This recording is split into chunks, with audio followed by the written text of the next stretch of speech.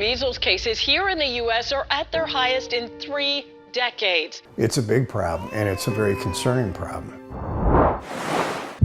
The Atlanta-based Centers for Disease Control and Prevention says the U.S. has reported nearly 1,300 cases. The rate of vaccination here in Georgia is too low to fully protect against the spread of measles, they say. We now know a second child has died from measles in Texas. According to a 2025 survey released by KFF Health, measles misinformation is on the rise. Are you recommending the measles vaccine? I am not going to just tell people everything is safe and effective if I know that there's issues. The Health Secretary, Robert F. Kennedy Jr., has fired the entire panel of advisors that guides the federal government's vaccine recommendations. The CDC set to cut nearly 1/10 of its workforce.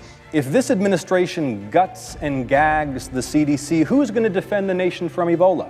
CVS is no longer offering COVID vaccines. If there was an outbreak, a new pathogen or bug, we're not ready. Former CDC employees and advocates rallying outside of the agency today. The workers united will never be divided. And so when you mess with the CDC, you mess with all of us. Group gathered outside of the Atlanta-based Centers for Disease Control and Prevention to show their support for Health Secretary Robert F. Kennedy Jr. Many of them thanking RFK Jr., supporting the Make America Healthy Again movement. Maybe it's time for a new guard. Maybe it's time for a fresh change. Disgusting, embarrassing, and frightening. I mean, from my point of view, I just want to protect your child. It's not a lot of people fearing for their jobs. It's a lot of people who are fearing for the health of Americans.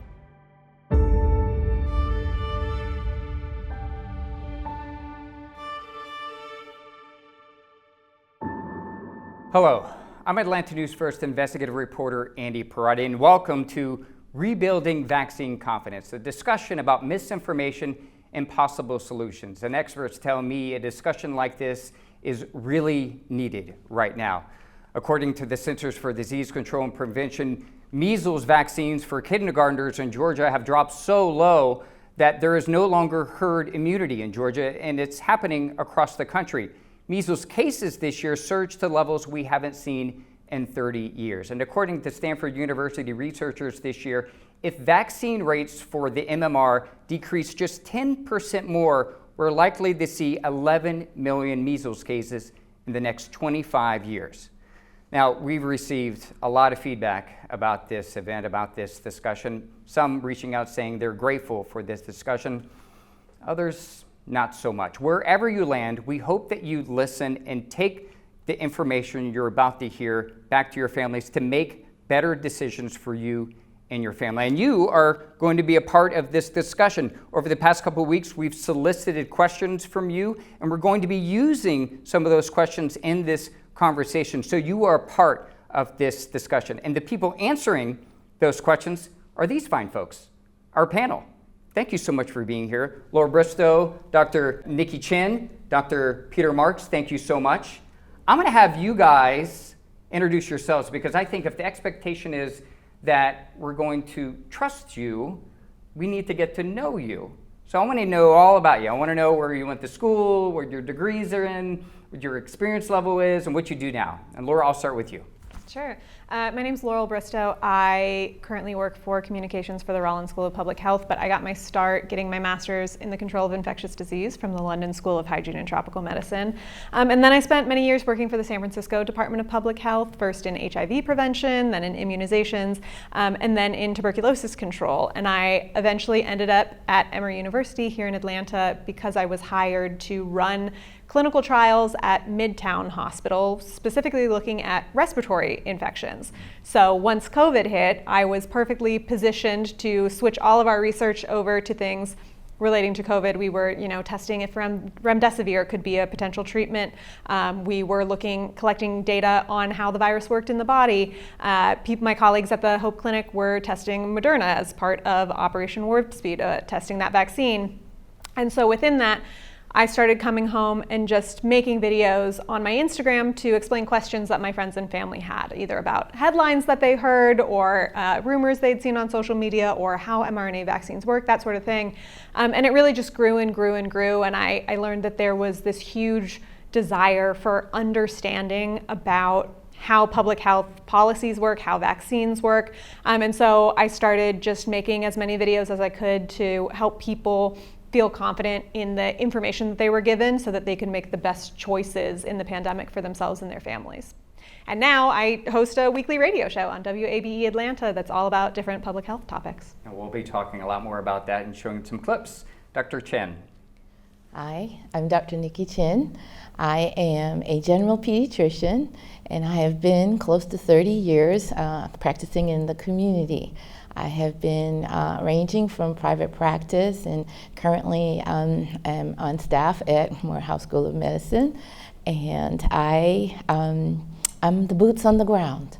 I am the boots on the ground, receiving families every day, including this morning, and I have two beautiful daughters that have come up as young adults, and so everything I do, everything I practice is all for the best intention for having healthy children, healthy young adults that will leave me, and healthy families overall.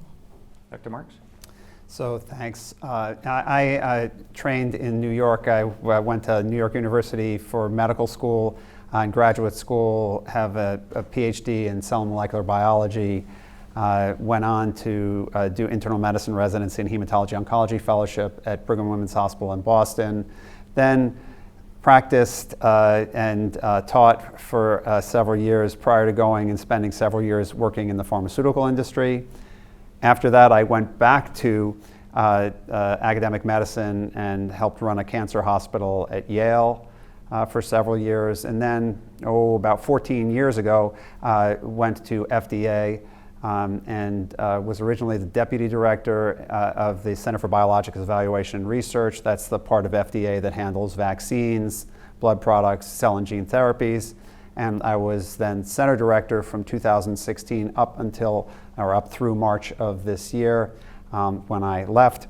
Since that time have initially been doing some consulting, and now more recently took a position at Eli Lilly as a senior vice president for molecule discovery and infectious disease. Well, thank you for taking the time to do that. I think it really helps people better understand each of your perspectives and why some of the answers that you're going to give to these questions are valid.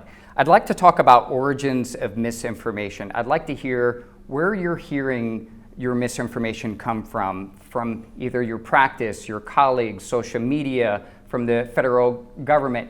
And the reason why this is important is because KFF Health did a survey this year and released information showing that there's a large portion of this population that has mistrust in vaccines, in particular the measles vaccine, and some people actually believe that the vaccine itself is more harmful than the disease itself. So where are you seeing misinformation? If you can be even specific to provide some examples, I'd appreciate it.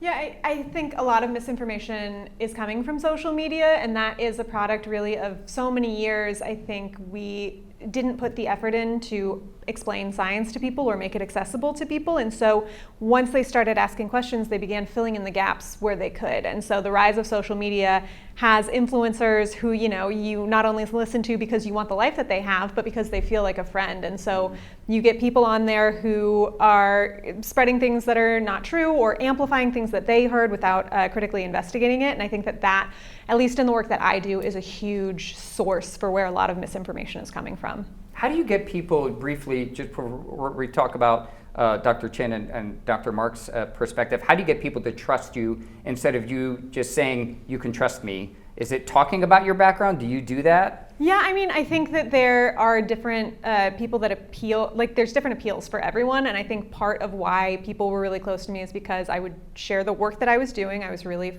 as front lines as you could be in COVID and talking about that experience and taking the time to really engage with people so that they felt comfortable with who I was as a person. I'm very, I have a lot of my personal life online, which I think gives people a sense of me as an entire human being that makes it easier to relate to. Dr. Chin, where are you seeing the origins of misinformation in your practice? So my families or some of my parents are listening to the social media that Laurel just described, and they come and they ask me, and that's where I am hearing a lot.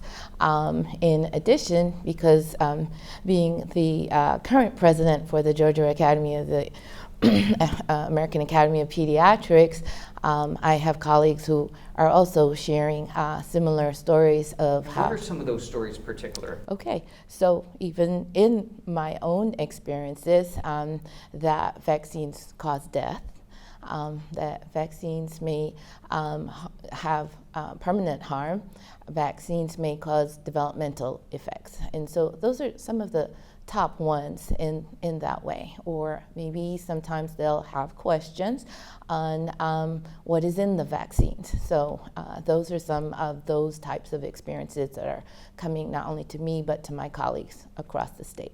Dr. Marks? Yeah, I just would echo. I think social media has been a great challenge, and our lack of rising to the occasion of adequately explaining the science behind vaccination has been a major issue. We haven't risen to the challenge of getting out there on social media and explaining how vaccines work, which is actually pretty understandable and can be put in understandable language. I think the most disturbing trend to me, though, over the past few years is that the vaccine misinformation went from being something that circulated on the internet and in social media to now coming from people in positions of authority. And that creates a very dangerous situation when those people have their facts wrong, and then those facts lead to potentially dangerous situations for individuals who then have to figure out who's telling the truth. And I'm assuming you're talking about our, is there anyone in particular that comes to mind? Listen, I think there are multiple people in positions of authority now who are not particularly concerned with making sure that what they are saying is accurate and factual, and that is, I think, leading to this problem. And I just want to say that this kind of misinformation is not confined to one political party. It goes across political lines. So, but I do think that when we see people in positions of authority that are just providing information that is not factually correct, it can do tremendous damage. I want to talk about something that may be difficult for some people to hear, especially in the Emory University community and at the CDC. And I want to talk about what happened over the summer, a gunman opening fires, firing hundreds of rounds at the CDC, unfortunately, tragically killing a DeKalb County police officer named David Rose. And it really shook public health workers to the core, really alarmed them. And one of the reasons because of that is because Georgia Bureau of Investigation said the shooter was motivated by information that he saw online about the COVID vaccine. His claim, his belief that the COVID-19 vaccine was killing people, including him. I want to play a portion of a video of the former CDC chief medical officer talking to members of Congress about that, about how it's impacted her and her colleagues. And I would just say it was 500 rounds. It was 180 that hit the building. 180 hit the building. Now, each bullet was meant for a person. And each of my staff were very traumatized afterwards. I had staff that were covering their kids in the daycare parking lot. There were people that were out at the ride share as bullets were passing over their head. I have many that won't speak about vaccines now, have removed their names off of papers. They don't wish to present publicly anymore because they feel they were personally targeted because of misinformation. This is obviously very emotional for a lot of people, but this is also an example of what happens when misinformation really changes things. And I'm curious to hear, what is the conversation you're having with your colleagues about how do you talk about science to the public, knowing that there's so much mistrust and also real potential harm out there? What does that conversation look like? I think it's really important to remember, and this is such like a tragic example of that, is that these are people who feel that they're not being heard. So it's important to talk about science, and it's important to hear what people are saying and address their concerns in a way that is meaningful to them. I mean, a lot of the times what people want is simply to be heard in this, and I think it's so important that we continue to have these conversations. They take a lot of time, they're really exhausting, it's really hard. Undoing misinformation is a lot harder than spreading misinformation. So I think in whatever capacity people are able to engage with someone, even if you feel like they have ideas, that don't align with your understanding of reality, to just treat people as human beings and have compassion for them. Because really what the root of all of this is people wanting to be safe, wanting to be healthy, and wanting to understand what is happening to them.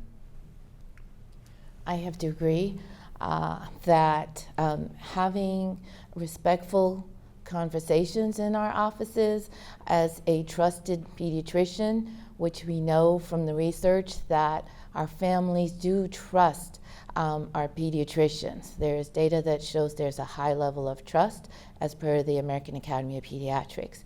So with that, I may not have a family that will be accepting, but they'll come back the next time, and then we'll continue conversation civilly, respectfully. I am listening as to each of their concern, and I am having a factual, evidence-based discussion on their concerns.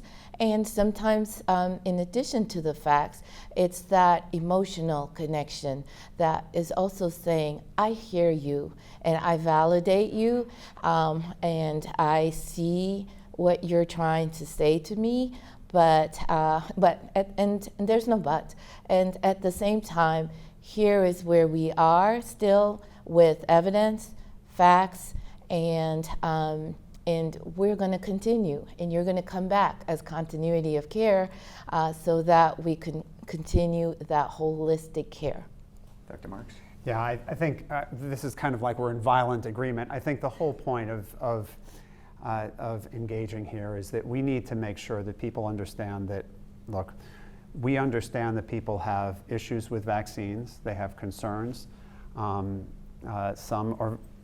do not want to take them, but we're here to try to help explain how they work, why they bring benefits, what their risks are. There's no such thing as a totally free lunch.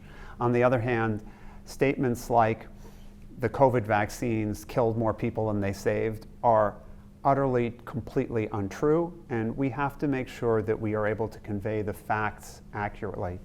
And I think that there are no off-limits questions, and we shouldn't be judgmental. I think one of the things that, at least for me, that the past years have given me the insight of is I don't want to say that I'm an advocate of vaccines when I'm talking to someone who's vaccine hesitant. I want us to engage in joint inquiry. So what concerns you about taking a vaccine? What makes you worry? And if I can understand someone better about what their concerns are, then I can hopefully try to address them. It doesn't mean they're going to definitely come around to my point of view, but if I have enough respect for you to engage in joint inquiry, that's to me something that people generally eventually come around to, and they'll ask questions. And you're not going to bring along every person, but I think, as Laura will say, it's very time consuming. This is not a slow process. It's not a fast process, it's a slow process, sorry. It is a slow process to do. But if we don't have that persistence to do it, I think this battle is going to be lost. You heard her say that there are scientists at the CDC that no longer even want to present at some of these board meetings for fear of retaliation. What's the consequences of that? Yeah, I mean, it's hard. We need to be able to share our research. It's important. Transparency is important to know who is doing the research, what their credentials are, what their background is, what their conflicts of interest, that sort of thing. But we are in an environment that is very scary for people, and I really do not blame scientists for being afraid, for not wanting, because there are some individuals, who are not actually interested in a conversation. They have their ideas made up, and so I think we need systems that can protect people physically from the violence, and we need to denounce that kind of thing. really loudly and across all platforms. Like, you can have a difference of opinion, you can want to have these discussions, but enacting violence on someone for your perceived idea of the threat is just not acceptable. Let's talk about social media a little bit more. There's a lot of misinformation on social media that you all have talked about, but there's also a growing amount of content that's fact-based, science-based. Laurel, before you started at WABE, you just mentioned you sort of had this this social media following. Talk to me about, why do you think the content that you were producing was connecting with people, and what do you think makes something like that work? Yeah, I think for my content in particular, it was working at that time because there was a void of official information. You know, people want one source that they really trust that they can go to. The CDC was so focused on, you know, doing vaccine research and like responding to this thing, they maybe didn't have the capacity to do the communications that should have fallen to them, that could have benefited from like one federal source being the voice of reason. So there was a vacuum, and I stepped up into it, and I think it just worked very well because I put probably more of myself than I should have on the internet, but it helped me to connect with people. You know, I think it was, the timing was just right to kind of influence or leverage this influencer mindset that we have, where it's like, my feeling is there are two kinds of influencers: people that you want to be, or people that you want to be friends with. And I think for a lot of people, I was the latter, and so it felt like getting advice from a trusted source in a world where there is an overload of information. You want to be able to go one place and have someone tell you what shampoo to buy and how mRNA vaccines work, and that's what happened there. You've got this great segment in your show called Sick of the Week. I'm going to play a portion of one focused on measles, and we'll talk about it on the other side. Sick of the week. We are still getting a lot of measles questions, which is totally understandable. You know, we're getting questions about waning immunity in older adults. How fast does measles spread? Does it just affect kids? Can you mask? So I feel like we might as well use this Sick of the Week to do a little measles info roundup. Starting with waning immunity. The research that I have seen estimates that vaccinations for measles wane at a rate of about 0.04% to 0.22% per year. So it's very low, but because the virus is so infectious, if it makes a comeback thanks to gaps in herd immunity, we're likely to see more cases in vaccinated people, though those cases are milder and less likely to spread to others. Any adults, again, who were born after 1957 but vaccinated before 1968 should get at least one dose of the MMR vaccine. But otherwise, we're not currently recommending additional doses in general, though I am kind of interested to see if that changes, at least for people in active outbreak areas, if those outbreaks continue. I love this video because you addressed so much misinformation related to the MMR vaccine, and you're so good at what you do, connecting with people. You're so good on camera. But I'm wondering if there's a lot of Emory University students that are watching right now, and they're probably going, I want to do something like that.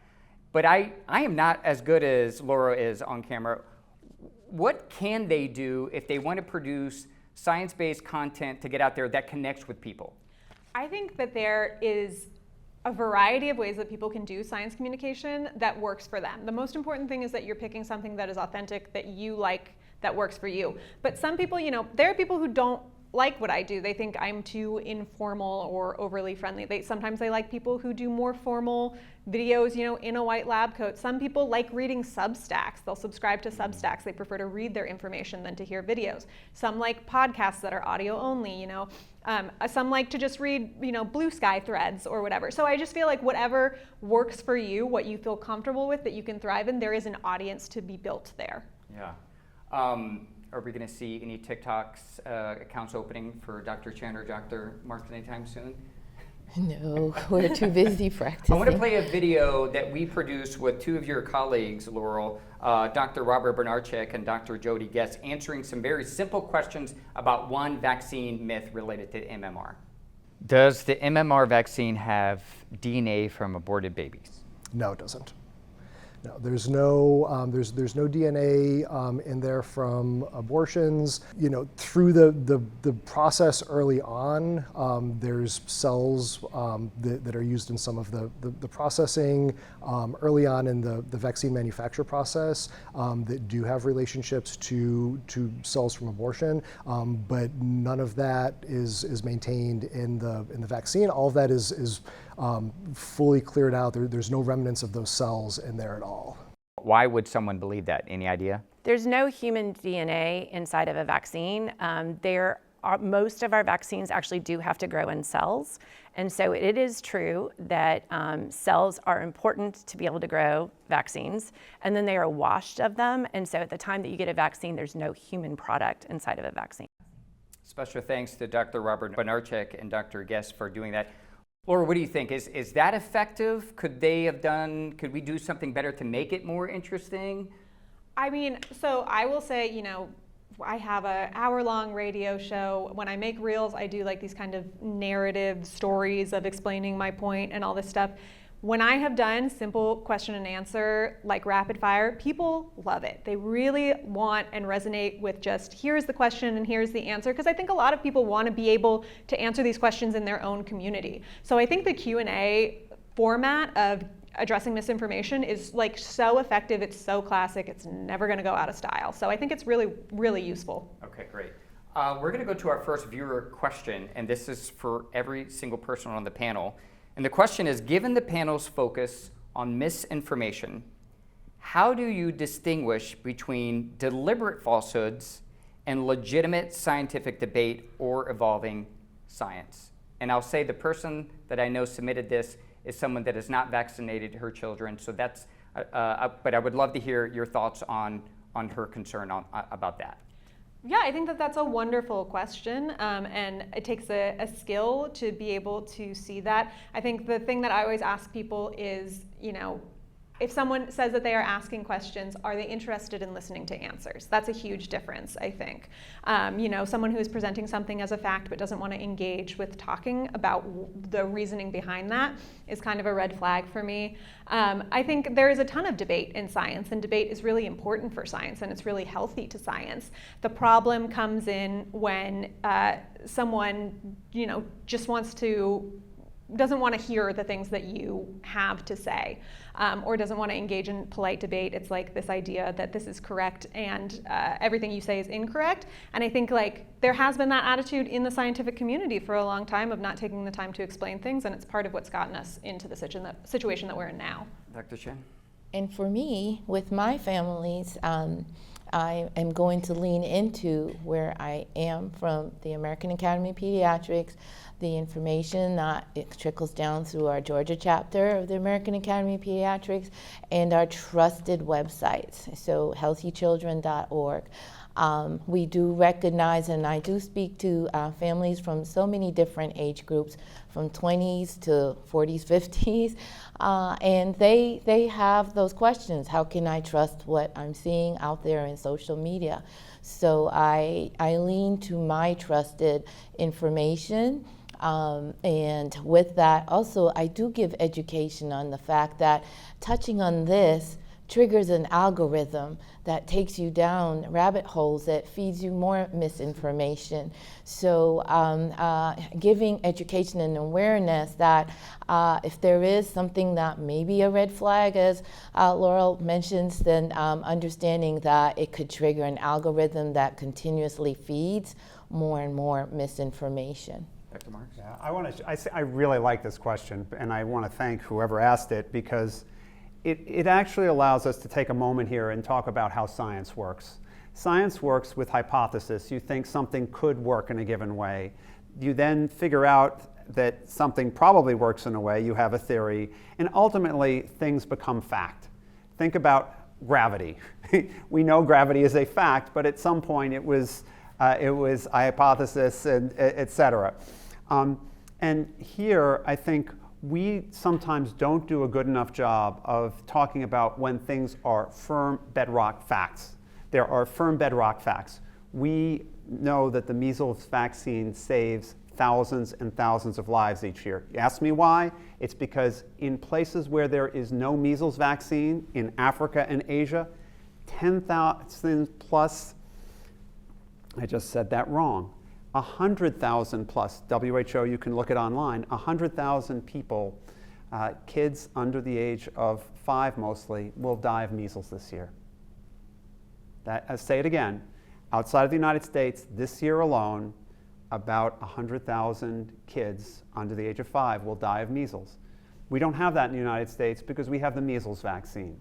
Now, it's true, measles vaccine, as we'll talk about maybe a little later, can have some side effects, but the overwhelming news here is that it saves a tremendous number of lives. That's a fact. On the other hand, there are pieces that in this vaccine story where things get to be more theory. And I think we sometimes need to make sure we're saying, look, this is a true fact. This has a lot of evidence. And then there are some times when we don't have the same weight of evidence. How do you know, though, that you're going to a source, that you're being told to go to a source like your pediatrician? Some of the people that were upset about even hosting this believe that pediatricians are part of the issue of why they can't trust vaccines, because pediatricians are mandating or forcing them to get it. But I guess what I'm getting at is, if they don't already have trust in the source that they're being told to go to, what source do they go to if they're being told, hey, you need to go to our website, but they already don't trust that website? That's a really hard one, actually. I will just try to continue to cultivate that trust. And as Dr. Mark said, that fact-checking is very important. And there are certain websites that are out there that could give you, like the data that he just gave, on understanding with or without being vaccinated. So for me, I will still always point and continue to develop that dialogue to say, this is where we are. This is my organization that has factual information through our trusted website. So I understand that at that point they could make a decision, educated decision, as to continue having that dialogue and maybe exploring in that area. Laurel, I sometimes send people to overseas websites where there are nationalized health care services, because they don't have they should have less interest, right? They're trying to treat their populations for the lowest amount of dollars. And if you send them to a Danish website or the UK, you're going to hear truthful information about vaccines. And hopefully, and it tends to confirm exactly what we're saying here, trying to help people understand that that basically there is a consensus of information, and sometimes that's how you have to figure out what's true, right? Yeah, I mean, I think it's the strongest tool that we have is personal relationships. So a lot of the work that I do is aimed at helping the people who are on the side of evidence-based medicine, or want to understand, giving them the language to go back into their communities to talk to people who know them and love them and care about them, so that they feel confident in explaining, why we do what we do and that sort of thing. So I think that's the most important thing is establishing the relationships, just like you would have with your pediatrician. And it's hard. It's a very hard thing for people who are resistant to it or feel really confident in their beliefs. And I think that is just like an ever-present struggle that we have to deal with. But the most you can do is really try. Yeah. And I'll give you real-life examples, as you have asked. I've had a family, one with autism and one who is not neurodivergent, and they've been coming, and finally within the last couple of months, the mom came in and said, I have been coming. We have had that personal relationship. I would like to protect my child. and that child is actually going on to daycare. So that is And this is a mother who has another child that has autism? One child is autistic and one is not autistic, and was able to get to a comfort level in trust that she proceeded to start immunizing, and knowing that this is a protective event for her child, as well as maybe others when that child made it to daycare. I want to switch gears and talk about vaccine injuries, because I hear a lot from vaccine opponents, a lot of claims that they're underreported. I'm going to show, because I'm hearing not just from vaccine opponents, but also elected officials. Georgia Congresswoman Marjorie Taylor Greene, she posted a social media post, and I'm not going to read the whole thing, but it says, "Vaccines cause irreparable harm to many children." And this post was connected to, reposted on a Facebook page with thousands of followers. So how often is it happening? I'm going to show a document now from at least one source, the National Vaccine Injury Compensation Program, a monthly statistic. Since 1988, there's been 27,000 claims of vaccine injuries. Dr. Marks, Dr. Chin, Laurel, are we underreporting vaccine injuries? And do you think we need to do a better job at explaining what a vaccine injury is and how to report it? Yeah, so is it possible that severe vaccine injuries are being underreported? It's possible, but it's not likely that they are rampant, because we would have seen them by other surveillance methods. There are multiple overlapping vaccine safety surveillance methods that look for vaccine injuries, not just safety reporting from individuals. That was put in place so that there's a backup, right? Anyone can report a vaccine adverse event to the vaccine adverse event reporting system, but there's also the CDC, the FDA, and for that matter, other federal entities and non-federal entities look for vaccine injuries of various types. Maybe it's good to define what a vaccine injury is. What is a vaccine injury? So a vaccine, and see, but that's a very important piece here, right? There's a variety of adverse events that can occur after one gets a vaccine. One can have redness and pain in the arm. That's a short-term event. What we're talking about, I think, from injuries are people who have, there are certain well-known adverse effects that can occur from vaccines that occur in the rate of between 1 in 500,000 to 1 in 1,000,000. One of them is called Guillain-Barré syndrome. It's a neurologic syndrome in which one can actually stop breathing and need to be put into an ICU until one gets better. Very rare. That is a true vaccine injury, right?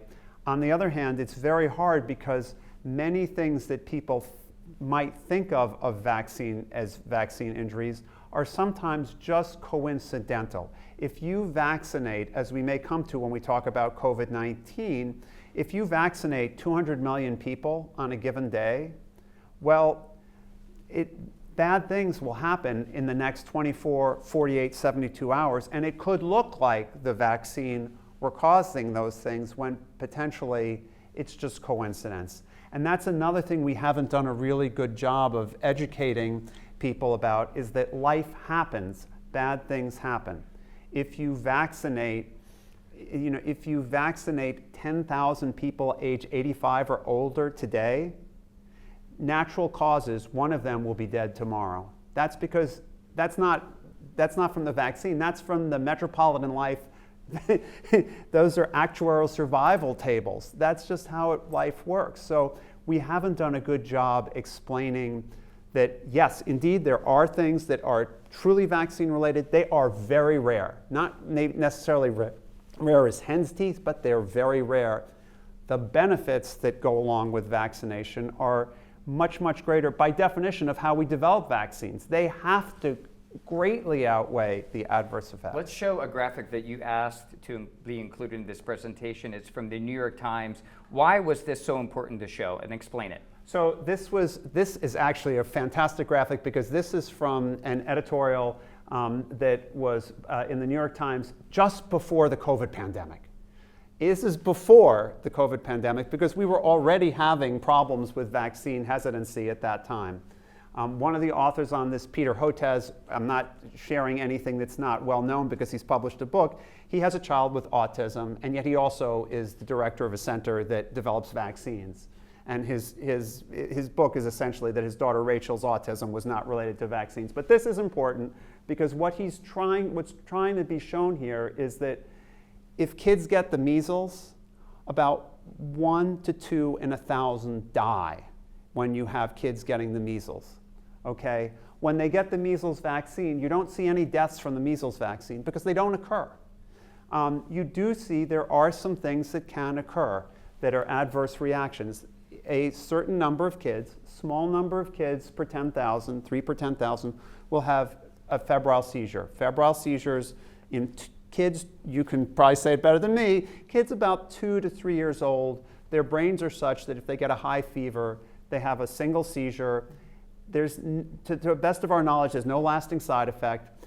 Parents could actually probably prevent some of that by taking their kids' temperature a week after the measles vaccine and giving them something to bring the temperature down. I won't say what type of agent they should use because that's become controversial. What this is just really saying is that the benefits here incredibly outweigh the risk. And by the way, I'm talking only about death. The reason why this is such a great graphic is because it's not just talking about the deaths that you prevent, it's also talking about the number of hospitalizations, ear infection, all sorts of other things that go on. So there's very little going bad on the right side of this graphic, a lot not going so well. And if you look, one of the interesting things that goes to your documentary is on the bottom, you can see that in populations that aren't as healthy, perhaps, as the US, the death rate from measles can be higher.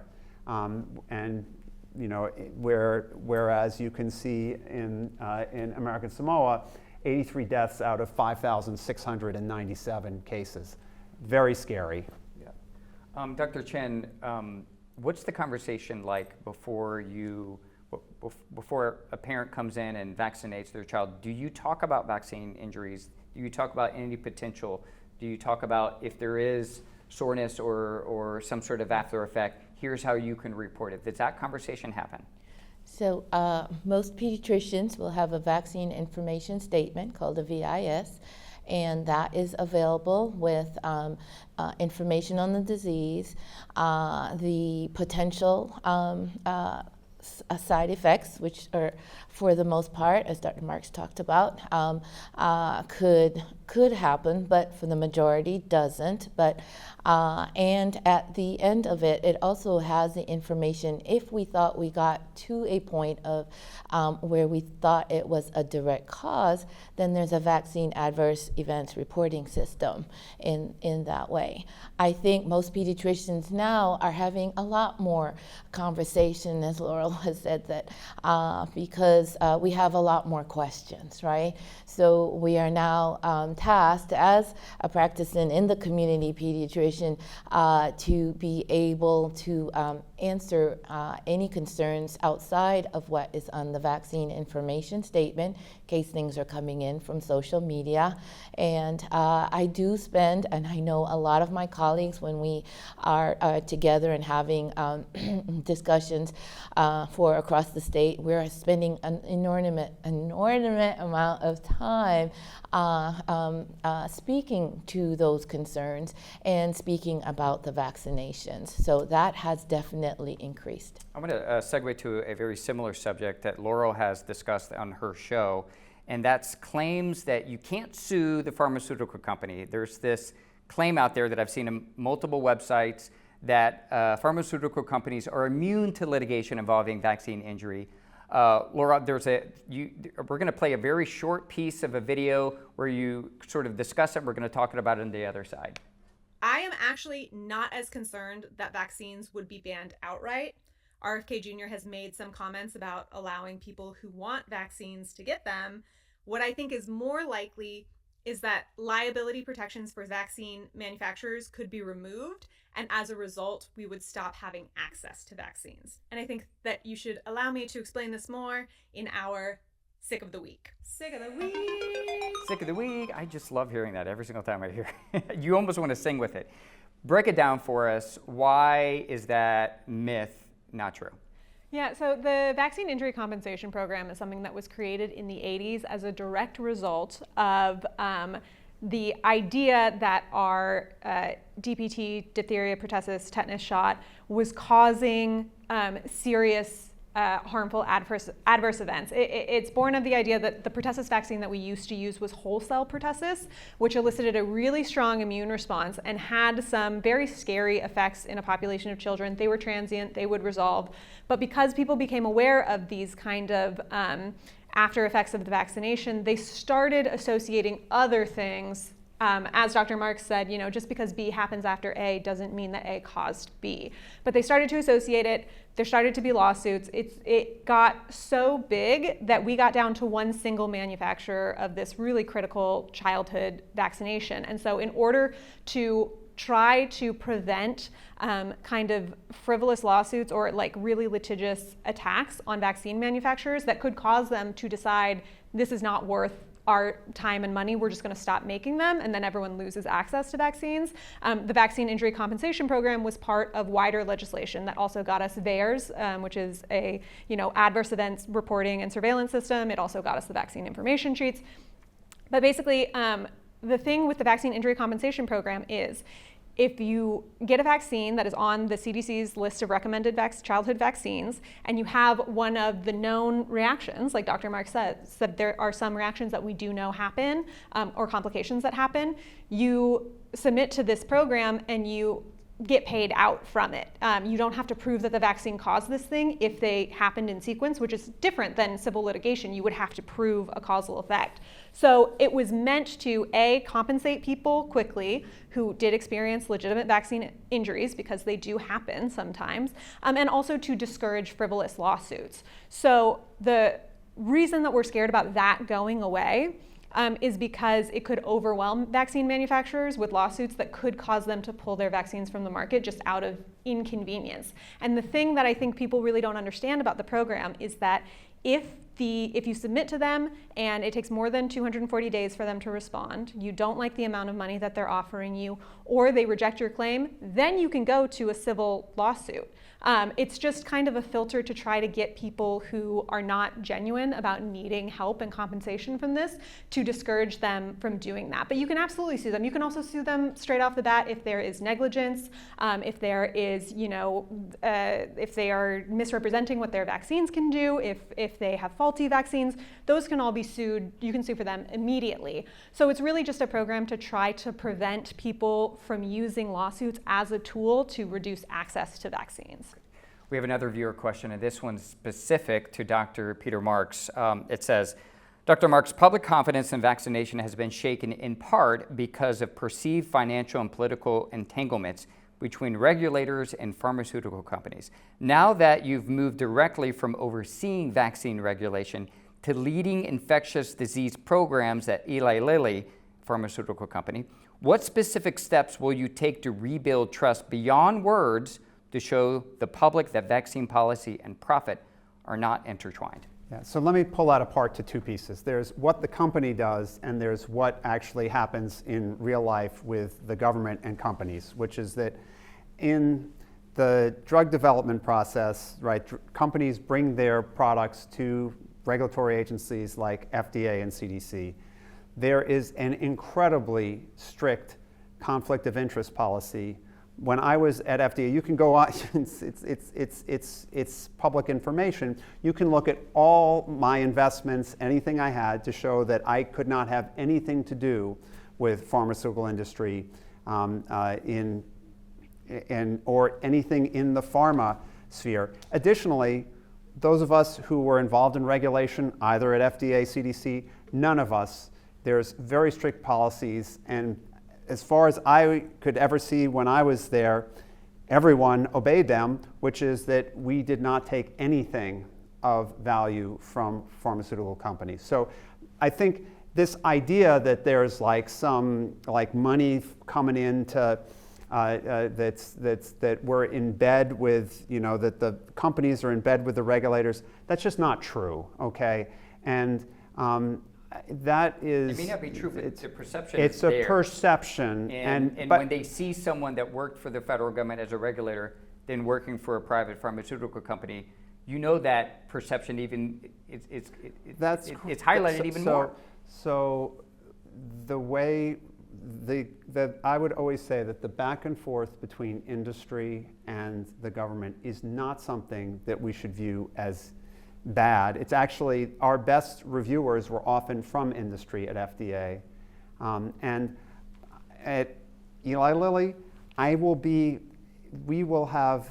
do our work with the highest degree of basically making sure that we are following the regulations, following the rules, and the highest amount of integrity we possibly could, because that actually is what brings value. Good pharmaceutical companies know that that's what brings value, which is having products that work. So I think I hear that. But let's just also just turn it around a little bit on why, who is going to make these products if companies don't make them? The government can't make them. That experiment was done in several European countries, and the countries couldn't keep up with making the vaccines that they needed. Industry makes the vaccines. Our regulatory agencies, FDA, CDC, hold them accountable for doing that in a way that is ethical and has high amount of integrity. And I would just reassure people that they can look, they can read about this process.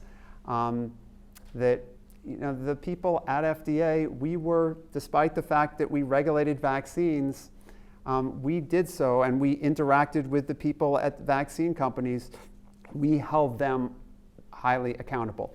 I think a good analogy is, you went to school, right? You probably had a teacher who you really got along with, right?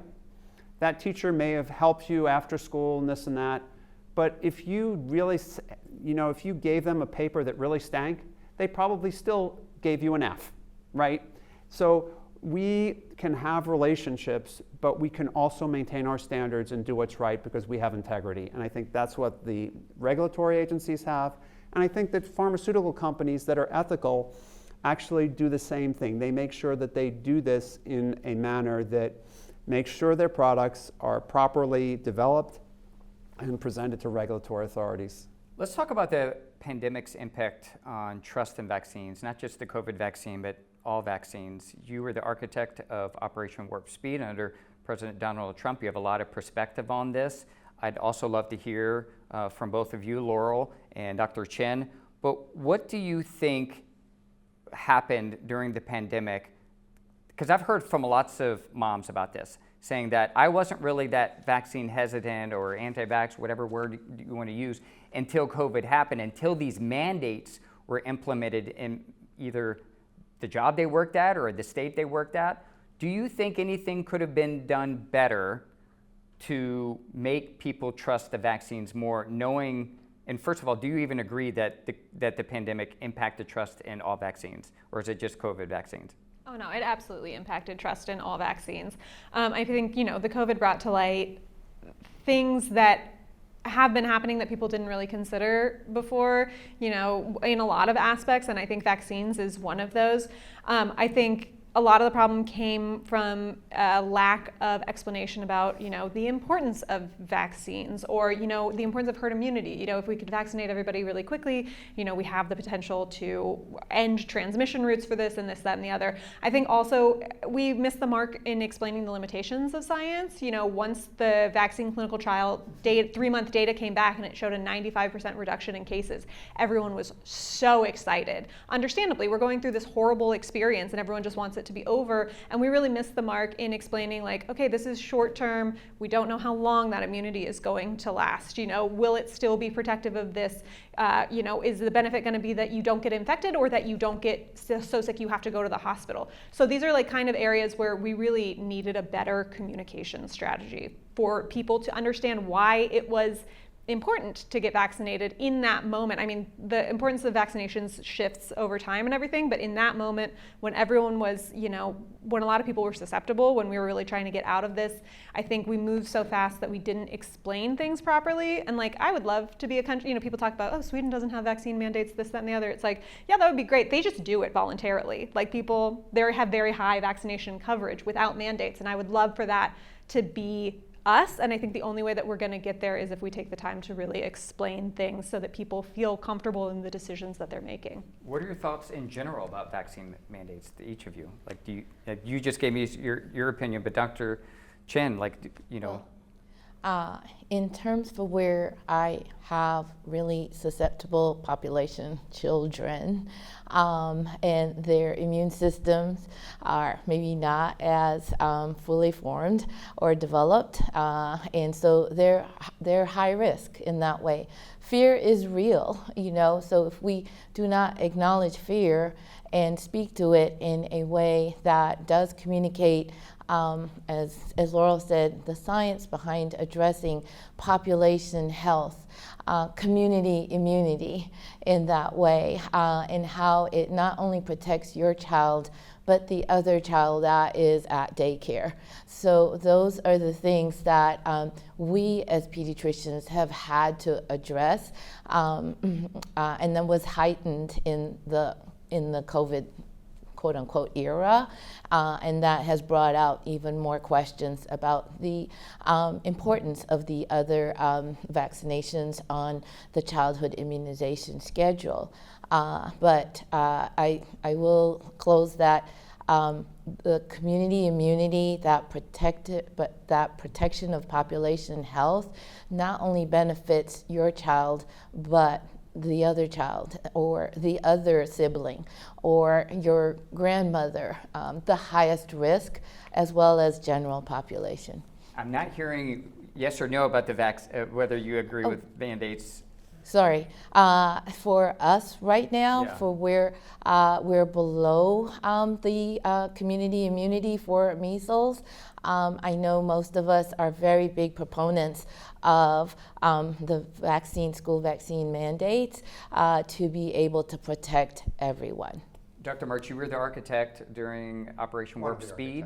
Right. One of the architects. What do you think the federal government missed the mark on that has sort of... So we didn't read the room right, okay? I think the social media, the combination of social media and the dissolution of societal bonds, people don't feel close to one another. Simply put, what once might have been different 20, 30, 40 years ago of me feeling a social bond to you enough, even though I don't know you all that well, that I didn't want you to get my communicable disease because that was the right thing, that's gone somewhat. We didn't understand that there were issues with closeness of our country to one another, there was social media, and there was this intense individualism which mandates really made people bristle.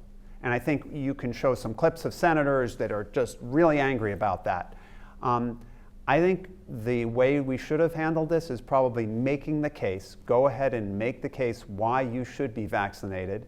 And I think it also was a lack of leadership by some of saying, hey, I'm going to get vaccinated myself. If you see the leader of an organization doing something, there's a high chance that people below them will also do it. And I think we missed the boat a couple times there in various ways. But I think that the mandates ended up being counterproductive. I think we might have actually gotten more people vaccinated without mandates had we actually tried to make the argument, make the case, and I think, as Laurel noted, actually didn't overpromise and underperform, which is what ended up happening. Although, you gotta say, saving, it's estimated 2.5 million lives at least globally with the vaccines is actually not such a bad day. Let's talk about how to speak to parents that are not vaccinating their children. And this question is directed to you, Dr. Chin, because these are parents that you speak with on a regular basis and your peers. I'm going to introduce you to a woman. We're going to show a short clip in just a moment of a woman named Mariana. She's a mother of 3 in Metro Atlanta. She has not vaccinated her children, and her family shunned her for not vaccinating her children. I wanted to play a clip of how this has impacted her and her family emotionally. I actually was asked that we not attend family functions. I was excommunicated from our family. How does that make you feel? It makes me really sad for them.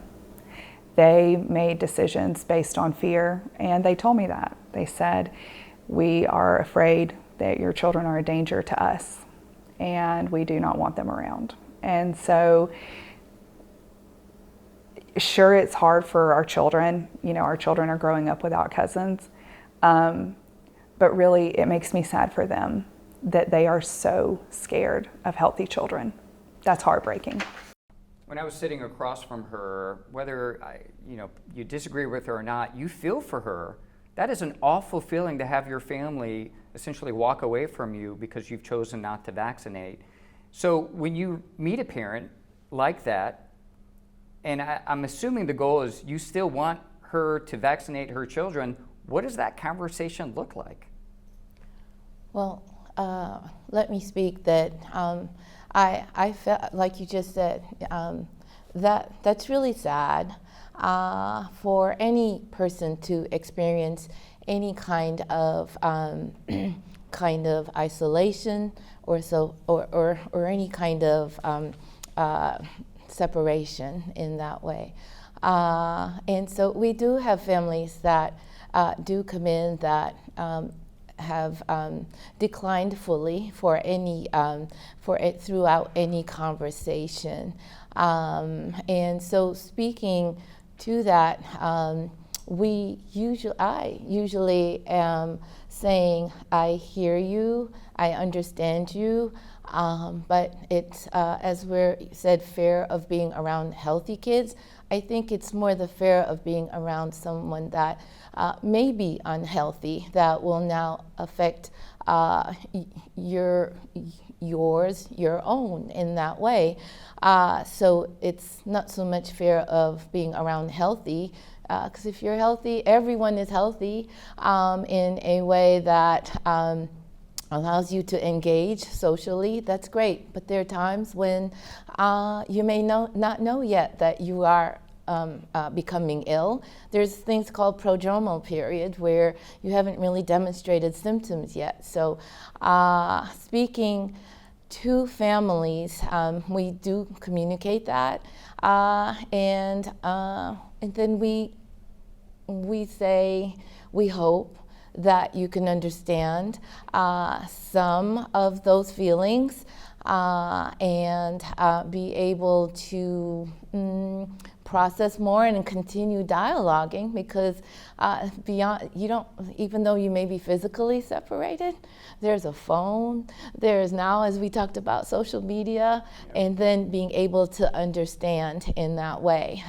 So I am so sorry that because that's still somewhat of a trauma for each side. It's not only one side, it's bi-directional in that way. I want to talk about another vaccine that we've heard a lot about this year, especially in congressional testimony, and elected officials have been talking about it, including our own president, and we're going to talk about hepatitis B. I want to show a social media post that President Trump posted a short time ago. I'm not going to read all of it because there's a lot to take in there, but I'm going to focus into the part where he says, take hepatitis B shots at 12 years old or older, and importantly, take vaccine in 5 separate medical visits. And then earlier this year, Senator Rand Paul also talked about hepatitis B and his thoughts on whether or not a child should get it as a newborn. I'm going to play this video. We'll talk about it on the other end. Senator Paul. You know, I think the discussion over vaccines is so oversimplified and dumbed down that we never really get to real truths. And it's why people up here are so separated from real people at home. So we talk about hepatitis B. It's a terrible disease. It could lead to liver failure, as the chairman said. But the reason you have distrust from people at home, why they don't believe anything you say, they don't believe government at all, is you're telling my kid to take a hepatitis B vaccine when he's 1 day old. You get it through drug use and sexually transmitted. That's how you get hepatitis B. But you're telling me my kid has to take it at 1 day old. That's not science. And so every person with a bit of common sense, even people who don't resist vaccines, I vaccinated all my kids. Laurel, you did a whole segment on WABE about this. First, is it true what he's saying? And second, why not wait until they're older to give this vaccine? Yeah, so those are two ways that you can get hepatitis B, but they are not the only two ways that you can get hepatitis B. And I think this is a really good example of what I was saying, where COVID brought to light people realizing that we do a lot of stuff reflexively without understanding why. And vaccines are a part of that. And so we suffer from not explaining the benefits of giving the Hep B vaccine birth dose. And what it is that, mother to child transmission of hepatitis B 90% of kids who get hepatitis B before the age of 5 or before the age of 1 will go on to develop chronic hepatitis B, which has no cure. It can cause the need for liver transplants. It can cause liver cancers and liver failure. And so we started vaccinating kids at birth universally in 1991, and since then the rates of pediatric hepatitis B have declined by 99%. There's 1.25 million people who are estimated to have a chronic Hep B infection in this country. 30 to 40% of them are estimated to have been infected in childhood.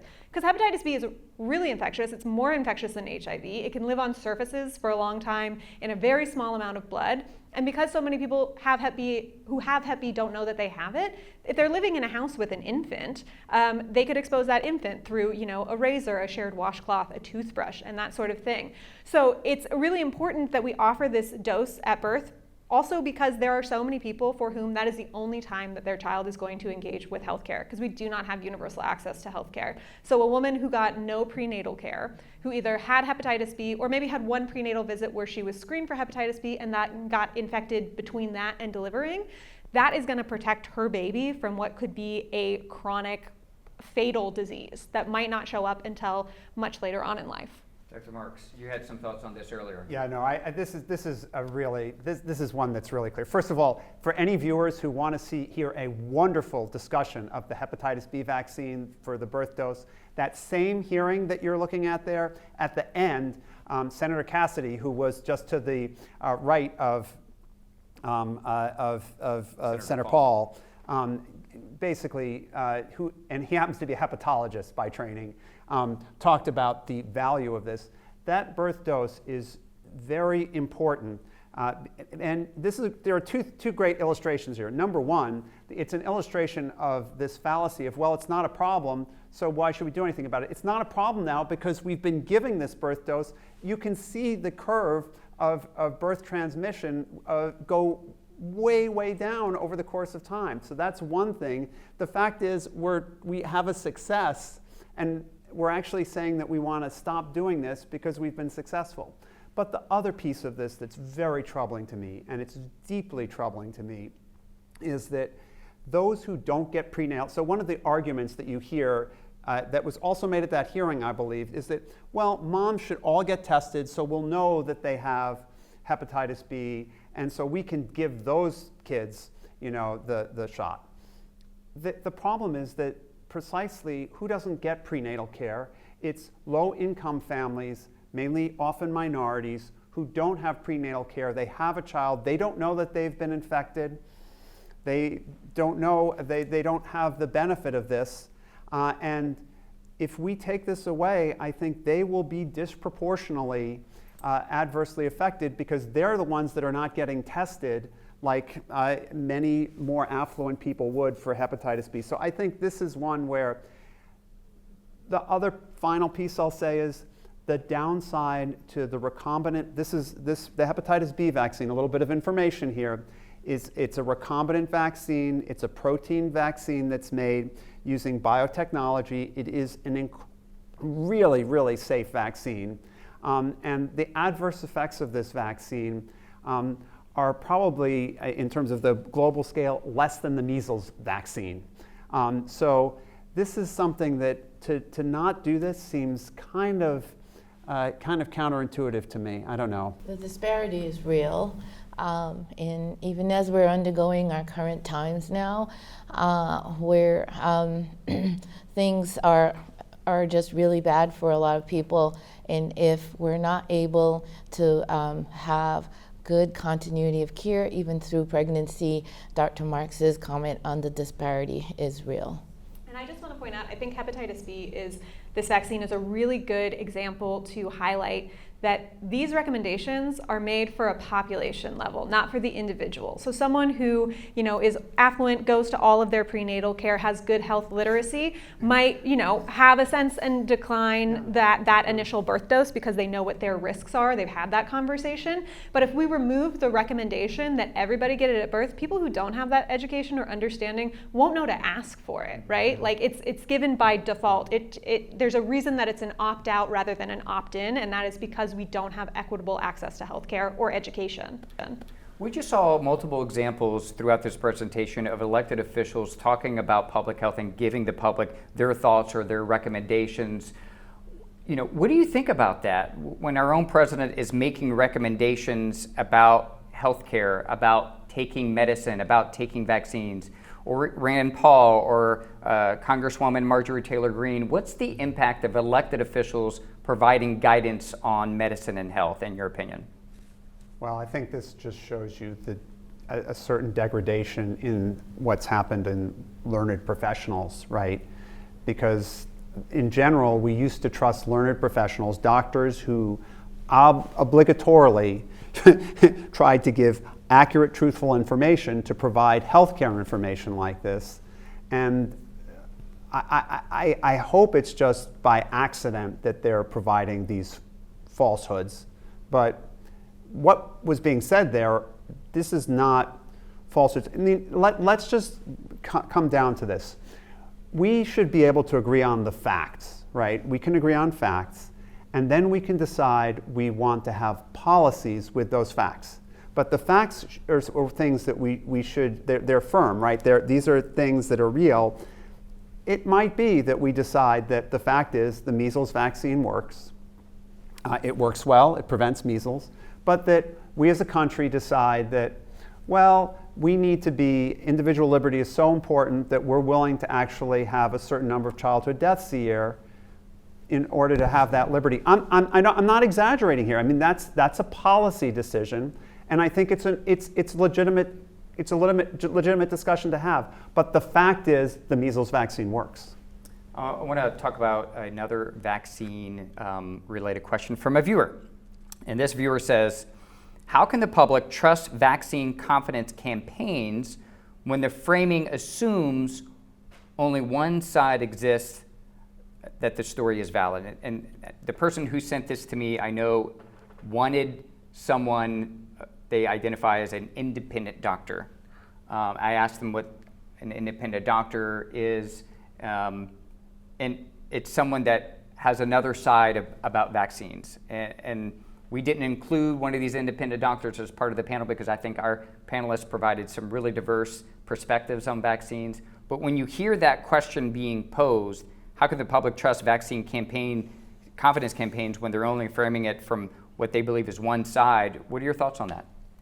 Yeah, I mean, I think that's a really good question. I think it would not be appropriate to, we have differing opinions on how to implement vaccines or vaccine mandates or timing or scheduling or what populations. Those are differing opinions, right? Differing on the science of are vaccines a net good or bad, that's an opinion that is not based in evidence. And I think that is something that is appropriate for if you're going to have a debate. And sometimes I think debates are useful in talking to people, but I don't think that having somebody with that perspective would do anything to help, our audience understand what we're trying to do, which is to explain the process behind how we get to our current vaccine policies, right? So I think that makes sense to not include that here. That's for a different kind of forum. The question about how the public can trust vaccine confidence campaigns when the framing assumes only one side of the story is valid. I don't really know what a vaccine confidence campaign would be. To me, for us to restore... I think they think this is one. So for this, in this instance, we're addressing misinformation. You've asked questions about vaccines, and we are providing our evidence for our reasoning and our support to it. And so I think that in and of itself is the campaign to restore confidence. It is a lengthy, we're not going to solve this in 90 minutes. It is a lengthy experience of talking to people about why we do what we do and the evidence that we have to support that. And the other side of that often does not give you evidence to support. They just are making claims without backing it up with anything, or not listening when you are trying to explain the things that they're presenting to you, the limitations of the things that are being presented to you. And so I think it's not this to me it just feels like it's this idea that we're walking around saying vaccines are good. We're not saying that. We're saying vaccines are good and here is why. Here is our evidence. It's not, to me, some sort of PR campaign. It is a lengthy process that we are all going to have to engage in to help people understand and answer their questions. And that's what we want to do. And for me, taking that conversation into the ground level for where the families are being affected, this is why we're here, as a pediatrician, being able to say, these are the facts. I understand your questions. I am listening to you. There are some that are valid, but here is where the evidence supports that vaccines protect, vaccines prevent illness, and not only for your child, but for everyone around you. And that message consistency is going to be able to hopefully continue to generate that dialogue, so that continuous understanding that we don't ever stop, medicine is ever evolving, that vaccines are continuously being retested. There's lots of epidemiological studies that continue to make it as safe as possible, understanding why we do this for the preventable outcomes. Dr. Marks? Yeah, I would just say that I hear this. I hear why. So where's the counterpoint here? The fact is there are facts, and I spent 13 years of my life at FDA ensuring that what we did was have vaccines that were as absolutely safe as possible, and that had benefits that greatly outweighed risks. And vaccines that didn't meet those got taken off the market or got changed. I think there are facts that we have. And I think it's okay for us to say to somebody who has a question like this, look, I can only have a discussion about, these are my basis of facts. It goes back to, on the other hand, is this right for you? Is this something you can accept based on your belief system? That's a valid discussion to have. But I think the problem here is that what we're having here is people debating facts when they really are talking about wanting to discuss their opinions or their beliefs. And I think we need to put the conversation on the right fact and the right place, because debating facts, debating gravity right now, that a bottle of water sitting next to you is going to fall down to the ground and go thud, that's not actually going to help us a whole lot.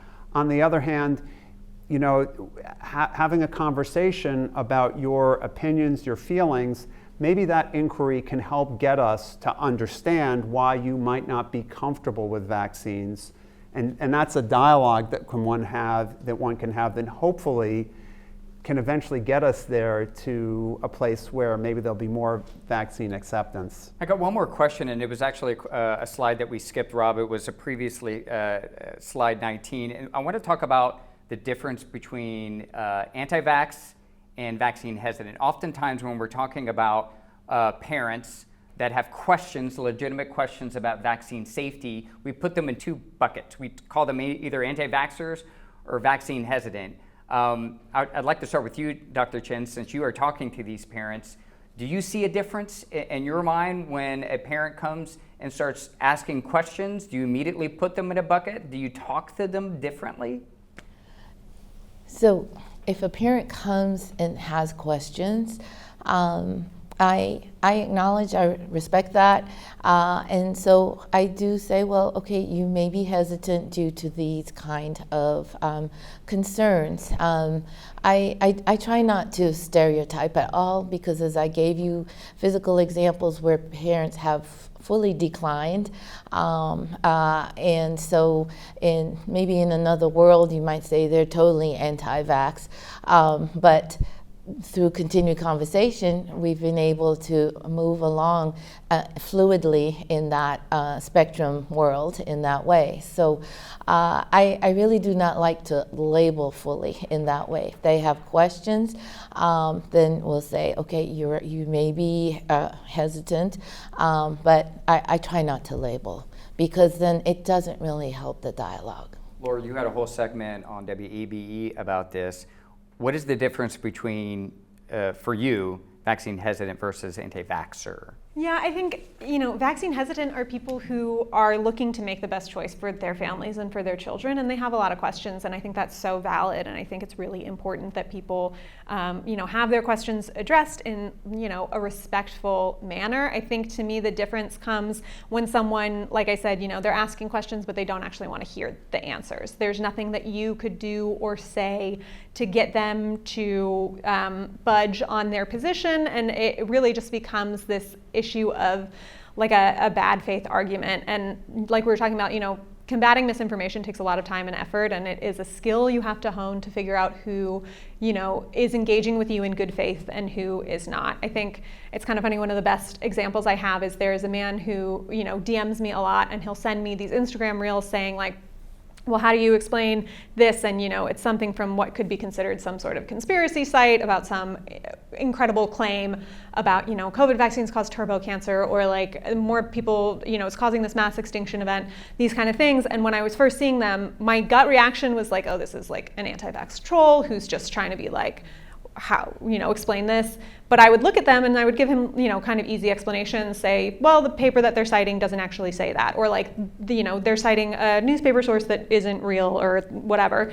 And every time he would say, oh, okay, thank you so much for letting me know. It's like misinformation has gotten his ear, and he is trying to engage with me, but he's very sincere and he's very receptive to what I am saying. And like, it continues, he keeps sending me all of these videos, but every time I respond, it's like we have this engagement where he's like, oh, okay, like seeing this kind of stuff is why parents get anxious about giving their kids vaccines. And it's like, yeah, I totally understand that. Yeah. So I think it's hard. Anti-vaccine is something I think that's thrown around a lot, and it really should be reserved for people who don't really have an interest in engaging in an actual respectful conversation, who have made up their minds about what is happening.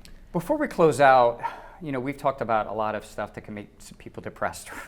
Misinformation, declining childhood vaccines, the harm that it is caused mentally to the public health community. What gives you hope right now through all this? I would say that there are people that want to learn. That man in my DMs is a really good example, or people who, I will make a video explaining the hepatitis B birth dose, and people will say, thank you so much, I've never had anyone explain it to me like this, now I can explain it to my friend who is pregnant. It's the fact that people want to understand, and they want to engage with the science and really improve their critical thinking so that they can approach things skeptically and then get the answers or have the understanding themselves for how to, pick apart claims or know what they should really pay attention to. I have hope every day because usually on one day there is going to be maybe a family that will come in and will engage in a positive way. But it may be a whole year till the next time we see that family, and then they may have acceptance of the facts and evidence-based information, and they will positively protect. So I have hope every day for even the one that keeps DMing you.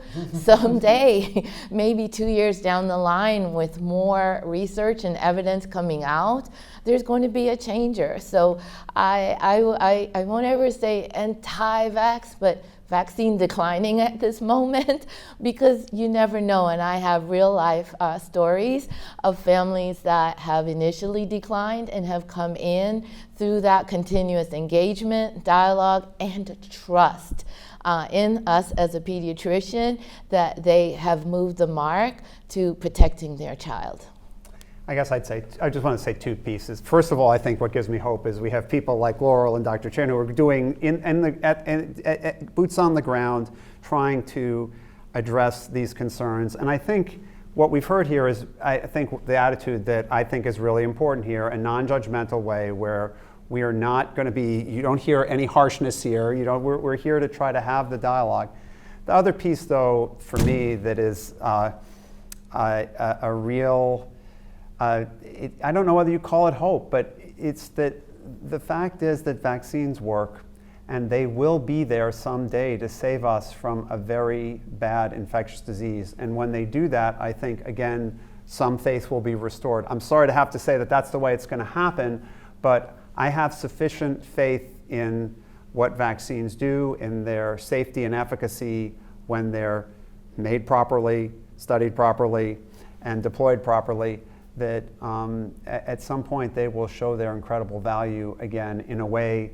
They're showing it now, by the way. It's just that people don't see it because they're working so well. But hopefully we will restore confidence back to what really is quite in some ways, an amazing gift to have had. Well, thank you, Dr. Peter Marks, Dr. Nicky Chin, Laurel Bristow. Thank you so much for taking the time to talk to us and to offer your perspectives. For those of you who are watching online and you've submitted questions through the chat, we're going to try to get those questions answered by submitting the questions to the panelists. So keep them coming, and we will try to do our best. This will be edited and posted on our website on atlantanewsfirst.com, on our streaming platform, and on YouTube. We really appreciate everyone's participation. We appreciate you. If you haven't already watched it, you can watch Tragedy in Paradise right now. It's a documentary produced by Atlanta News First, where we traveled all the way to Samoa, 6,000 miles, to talk about what we can learn from that Pacific island nation as vaccine rates continue to drop here. Thank you so much for joining us. Good night.